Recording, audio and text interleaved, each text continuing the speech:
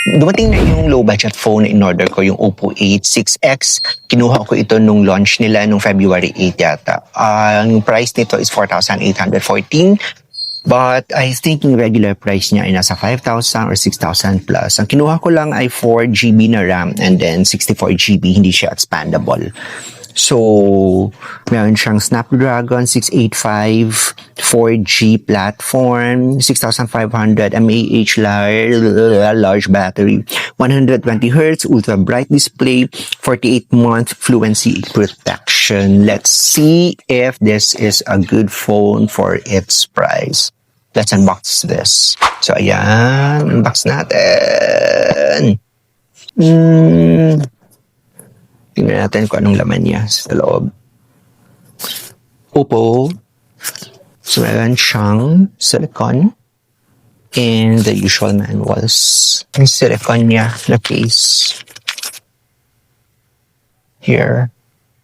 Maganda siya, smooth actually. Medyo mabigat actually. Okay. So, dalawa yung lenses niya sa camera. Flat yung taas. Wala siyang speaker. Sa kaliwa ay yung, what do you call this? Yung SIM card slot. And then the upper and volume up and volume down. And then the power.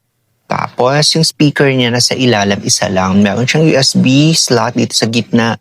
Tapos 3.5 or 35mm jack.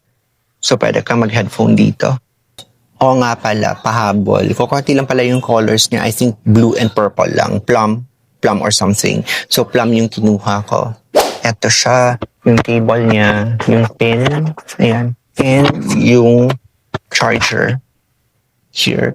So, at least Philippine setting yung charger. Hindi siya katulad nung sa Xiaomi and Poco na hindi siya Philippine setting. Abangan niyo yung mga camera tests ko sa phone na to kung okay yung camera niya for a low budget phone. Yun lang.